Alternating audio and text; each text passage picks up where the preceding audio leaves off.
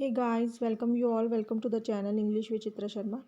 And the another name of the channel is Vardhan Classes. And one another Telegram group Patwari post. I am trying to share this video for Patwari post for computer aspirants because computer subject is must in Patwari post. So I am trying to give you some basic knowledge about computer through this video. My lecture is in bilingual English और Hindi. First of all computer की पीढ़ियों की बात हो रही है। तो अगर हम बात करें तो प्रथम पीढ़ी की शुरुआत कब से मानी जाती है? 1942 1940। अगर हम प्रथम पीढ़ी की उसकी बात करें तो ये 1940 से मानी जाती है। इसमें कौन से कंप्यूटर यूज़ होते थे? Vacuum tube technology. Vacuum tube technology जो कौन सी यूज़ होती थी? Vacuum tube technology. और इसमें मशीनी भाषा का लैंग्वेज कौन सी थी? इसकी लैंग्वेज जो थी मशीनी भाषा। ओके, मशीनी लैंग्वेज। और अगर हम इसकी बात करें तो इसमें मेमोरी के तौर पर चुंबकीय टेप, ओके, मैग्नेटिक टेप का यूज़ होता था। और पंच कार्ड का, किस चीज़ का यूज़ होता था? पंच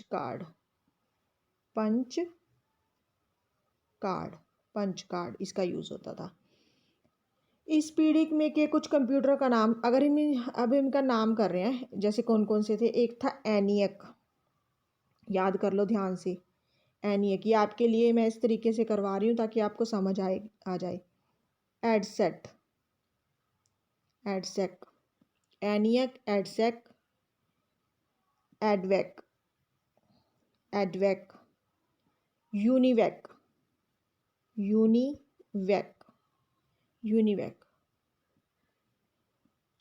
IBM,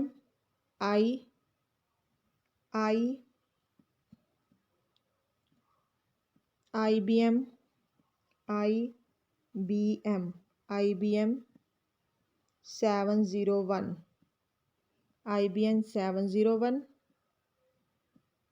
नेक्स्ट है IBM 650। नेक्स्ट है मार्क टू।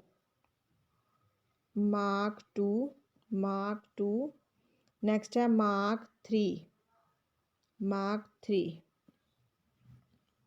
नेक्स्ट ये Mark 2, Mark 3।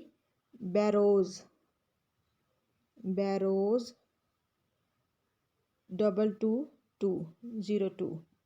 ENIAC, Burroughs 2202 ENIAC.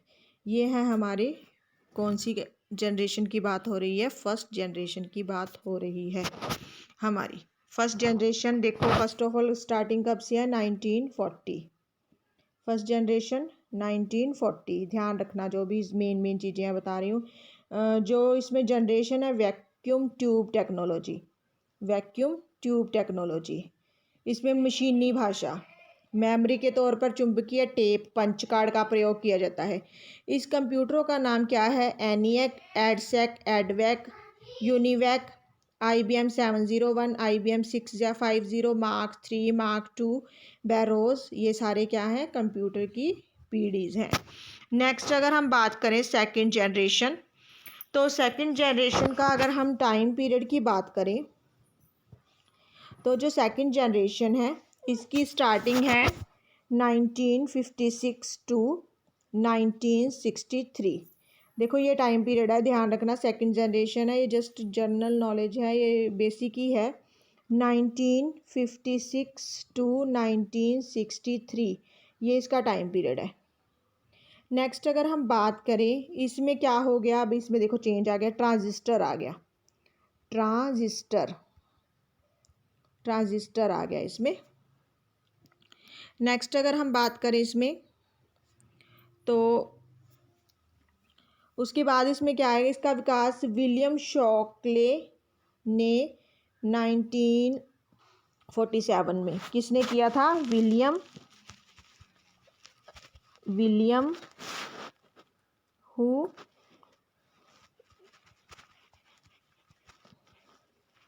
William Shockley.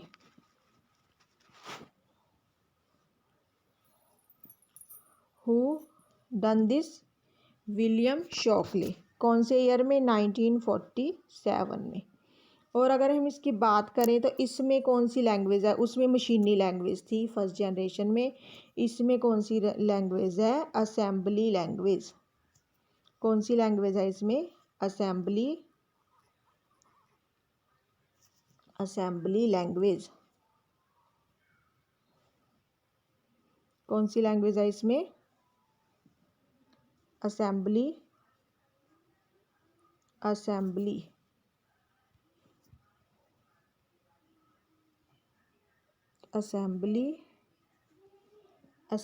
Language है इसमें।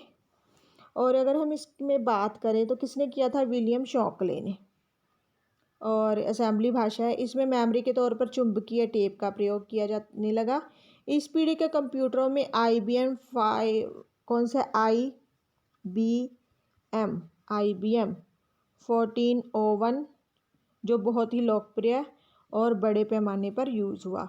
इस पीढ़ी के अन्य कंप्यूटर थे, देखो IBM 1401 हो गया एक तो, उसके बाद IBM 1602, उसके बाद IBM नेक्स्ट है 7094, उसके बाद आ गए CDS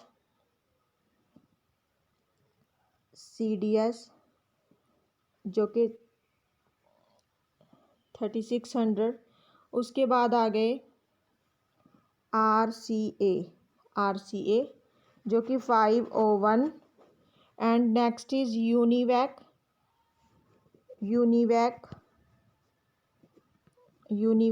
जिसका टाइम है 1107। ये है सेकंड जनरेशन के कंप्यूटर्स। नेक्स्ट हमारी जनरेशन आ रही है थर्ड जनरेशन की स्टार्टिंग देखो वो हो गया था हमारा 63 तक। अब इसके बाद देखो वो हो गया था हमारा 63 तक हो गया था। इसके बाद हमारी आ गई जो नेक्स्ट जनरेशन, तो थर्ड जनरेशन की अगर हम बात करें तो इसकी स्टार्टिंग 1964 से इसकी स्टार्टिंग मानी जाती है। इस जनरेशन में आईसी का प्रयोग किया जाने लगा। आईसी का पूरा नाम क्या है? इंटीग्रेटेड सर्किट आईसी का विकास किसने किया था? तो आईसी का विकास 1958 में किसने किया था? जैक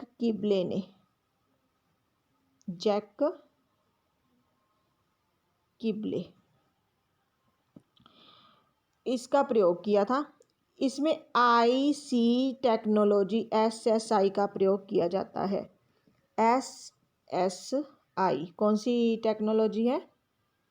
जो SSI, इस टेक्नोलॉजी का प्रयोग किया जाता है जिसका फुल फॉर्म है स्मॉल स्केल इंटीग्रेशन।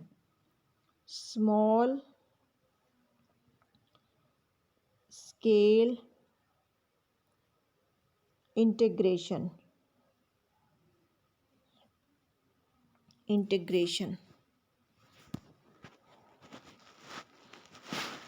क्या है? Small scale integration. इसमें हाई लेवल भाषा का प्रयोग प्रोग्रामिंग के लिए किया जाता है। इसमें लेवल कौन सा आ गया? हाई लेवल आ गया ये लैंग्वेज का। ओके, और इसमें क्या हो गया? चुंबकीय डिस्क का प्रयोग, मैग्नेटिक डिस्क हो गया। ओके, इसका प्रयोग किया जाने लगा। इस पीढ़ी के कंप्यूटर के मदद से मल्टी प्रोग्रामिंग और मल्टी प्रोसेसिंग संभव हो गया। अब इससे क्या हो गया? मल्टी प्रोग्रामिंग होने लगी। एक तो क्या हो गया? मल्टी प्रोग्रामिंग, ओके, एक multi processing. Programming and processing दोनों होने लगी।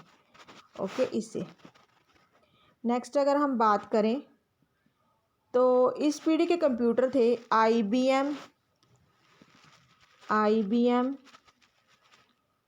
360, ICL 1900 एवं सीरीज़, उसकी सीरीज़ चली थी बैरोज जो कि 5700 और 6700 जो बैरोज में थे। नेक्स्ट अगर हम बात करें तो इसकी एक और है 7700 सीरीज़। अब CDC ये सीरीज़ चलती है, देखो जैसे आजकल मोबाइल्स में चलती है, Redmi 1, Redmi 5 ये वगैरह हो गए, MI 1 वगैरह, ये ही इसकी सीरीज़ है। CDC 3000 एंड 6000 ये इसकी सीरीज़ हो गई CDC की। नेक्स्ट अगर बात करें यूनिवेक 9000 की श्रृंखला। एक उसके बाद आ गया यूनिवेक के बाद हनीवेल और PDP 11/45 ये इसके क्या आ गए, थर्ड जनरेशन की हमारे कंप्यूटर्स आ गए। नेक्स्ट अगर हम बात करें तो नेक्स्ट हमारी है फोर्थ जनरेशन। तो देखो फोर्थ जनरेशन है जो, तो उसकी स्टार्टिंग देखो 1971 से मानी जाती है। जो उसकी स्टार्टिंग कहाँ से मानी जाती है, उसकी स्टार्टिंग मानी जाती है 1971। ये किसकी स्टार्टिंग है, फोर्थ जनरेशन की। कब तक मानी जाती है, 89 तक। ओके, इस जनरेशन में IC की यह तकनीकी VLSI थी। IC वाली तकनीक थी ना, उसका यह तकनीकी अब क्या बन गई, VLSI।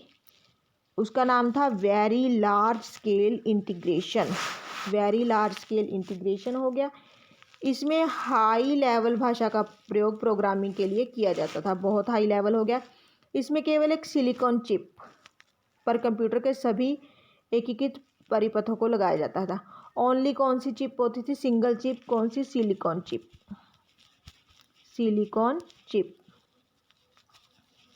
ओनली सिलिकॉन चिप होती थी इसमें। तो इसमें सारे प्रोग्रामिंग को किया जाता है। जिस माइक्रो प्रोसेसर इसे क्या कहा जाता था, माइक्रो प्रोसेसर। इस चिप का प्रयोग करने वाले कंप्यूटरों को माइक्रो कंप्यूटर कहा जाता था। इस चिप का जो प्रयोग करते थे उसको क्या कहा जाता था, माइक्रो कंप्यूटर।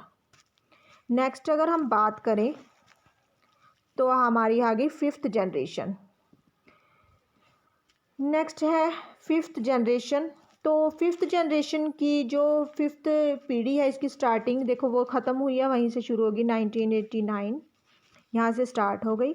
इस जनरेशन में IC की आधुनिक तकनीक, IC इंटीग्रेटेड सर्किट, उसकी आधुनिक तकनीक का प्रयोग किया जाने लगा। उसकी मॉडर्न जो भी टेक्नोलॉजी थी उसका प्रयोग किया जाने लगा। IC की तकनीकी वहाँ VLSI थी, यहाँ पे क्या बन गई, वे ULSI ये बन गई। इसका पूरा नाम था अल्ट्रा लार्ज स्केल इंटीग्रेशन। वो वेरी लार्ज था, यहाँ पे ये क्या बन गया, अल्ट्रा, U से क्या बन गया, अल्ट्रा बन गया।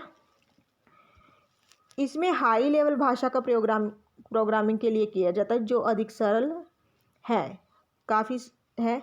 इन भाषाओं में GUI इंटरफेस का प्रयोग किया जाने लगा, हमारी देखो first second third fourth generation हो गई है। इसके बाद हम बात करेंगे जो हमारे नेक्स्ट है। तो देखो कंप्यूटर का पहले तो हम फुल फॉर्म कैसे है, कंप्यूटर शब्द की उत्पत्ति कैसी हुई। तो देखो कंप्यूटर शब्द की उत्पत्ति ये बेसिक क्वेश्चन है, इन्होंने कहा है, नॉलेज के लिए ज़रूर पता होना चाहिए। लैटिन भाषा के कंप्यूटर शब्द से मानी जाती है। इसका अर्थ है गणना करना। कंप्यूटर जिसे हिंदी में अभिकलत्रित और संगणक कहा जाता है, जो सामान्यतः एक ऐसे यंत्र के रूप में जाना जाता है जो अत्यंत तीव्र गति से गणनाएं करने में समक्ष है। देखो कैलकुलेशन की बात हो रही है, ये भी बहुत जल्दी से कर लेता है और सही है, कर भी लेता है। कंप्यूटर देखो calculation, operating machine, processing useful, treasures extensive. Computer operator machine, processing useful, treasures extensive. Common operative machine, particularly used for trade, research, extended. ये इसके बारे में हमें बताया गया है। नेक्स्ट अगर हम बात करें, कंप्यूटर का तात्पर्य एक ऐसे यंत्र है जिसका उपयोग गणना, प्रक्रिया, यांत्रिकी, अनुसंधान, शोध अधिकारियों के लिए किया जाता है। ये सब पता ही है, नॉलेज, ये जिस तरह आपको बताने की जरूरत नहीं है। अगली पीढ़ी के कंप्यूटर जो आएंगे, नेक्स्ट आएंगे, उनकी बात हो रही है। तो नैनो स्तर 10 9M ये आने वाले हैं जो कंप्यूटर, उनकी बात हो रही है। ये पर निर्मित नैनो ट्यूब्स के प्रयोग से अत्यंत छोटे व विशाल क्षमता वाले कंप्यूटर के विकास का प्रयास किया जा रहा है, चल रही है। और नेक्स्ट है क्वांटस कंप्यूटर। क्वांटस कंप्यूटर यह प्रकाश के क्वांटम सिद्धांत पर आधारित है। जो प्रकाश का क्वांटम सिद्धांत है उस पर आधारित है। क्वांटम सिद्धांत, क्वांटम थ्योरी पे आधारित है, जिसमें आंकड़ों का संग्रहण और संसाधन क्वांटम कण कहते हैं। ये कण युग्म में रहते हैं और क्यूबिट्स कहते हैं। देखो युग्म मतलब जोड़े में रहते हैं, इनको क्या कहते हैं, क्यूबिट्स कहते हैं। नेक्स्ट आ गया एनिमेशन पर आधारित कंप्यूटर के प्रकार। एनिमेशन के आधार पर कंप्यूटर कितने एप्लीकेशन हो गया। एप्लीकेशन के आधार पर हमारे कंप्यूटर कितने तरह के हैं। तो एप्लीकेशन के बेस पे कंप्यूटर हैं एनालॉग कंप्यूटर, जो भौतिक मात्राओं को, एनालॉग मतलब भौतिक मात्राएं, जो चीज़ें दिख रही हैं उनको मापते हैं। एनालॉग कंप्यूटर का प्रयोग विज्ञान एवं इंजीनियरिंग के क्षेत्र में किया जाता है। इन क्षेत्रों में किया जाता है क्योंकि इन क्षेत्रों में परिमाण का प्रयोग अधिक होता है, इसमें मेजरमेंट ज़्यादा होती है। परिमाण में तो मेजरमेंट ज़्यादा होती है। नेक्स्ट है डिजिटल कंप्यूटर। डिजिटल कंप्यूटर है जो, यह कंप्यूटर अंकों की गणना करते हैं, अंकों की। अधिकतर कंप्यूटर डिजिटल कंप्यूटर ही होते हैं। नेक्स्ट है हाइब्रिड कंप्यूटर। वे कंप्यूटर जो एनालॉग एवं डिजिटल कंप्यूटर दोनों का कार्य करते हैं। उदाहरण पेट्रोल पंप पे पेट्रोल आदि को मापता भी है और उसके मूल्य की गणना भी करता है, उनको क्या कहते हैं, हाइब्रिड कंप्यूटर। नेक्स्ट अगर हम बात करें तो मशीन्स के नाम है ये। तो ये देखो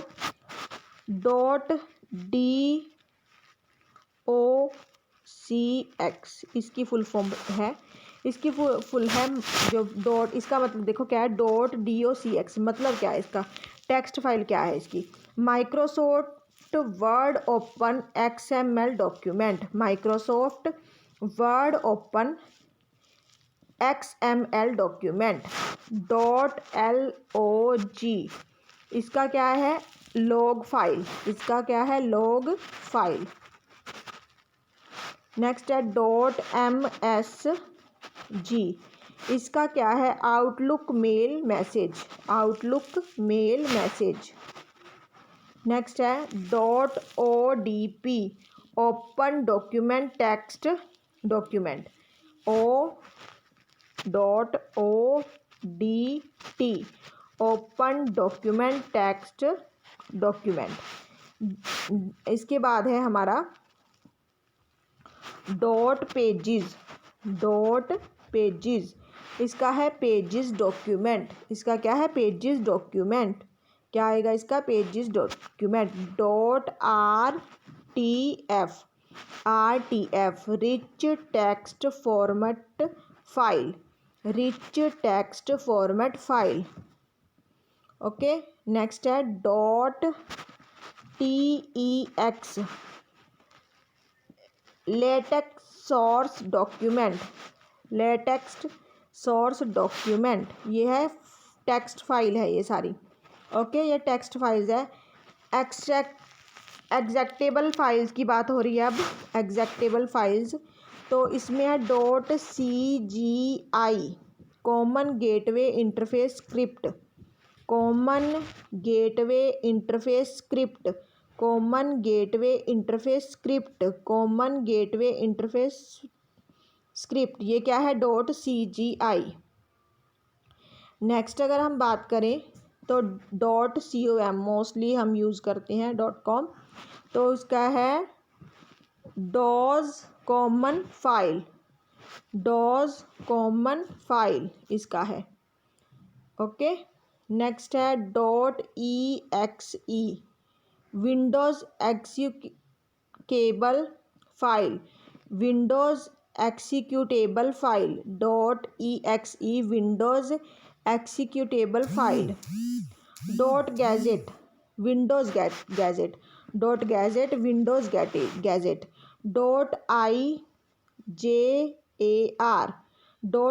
.jar Java archive file, Java archive file. .pif program information file, program information file.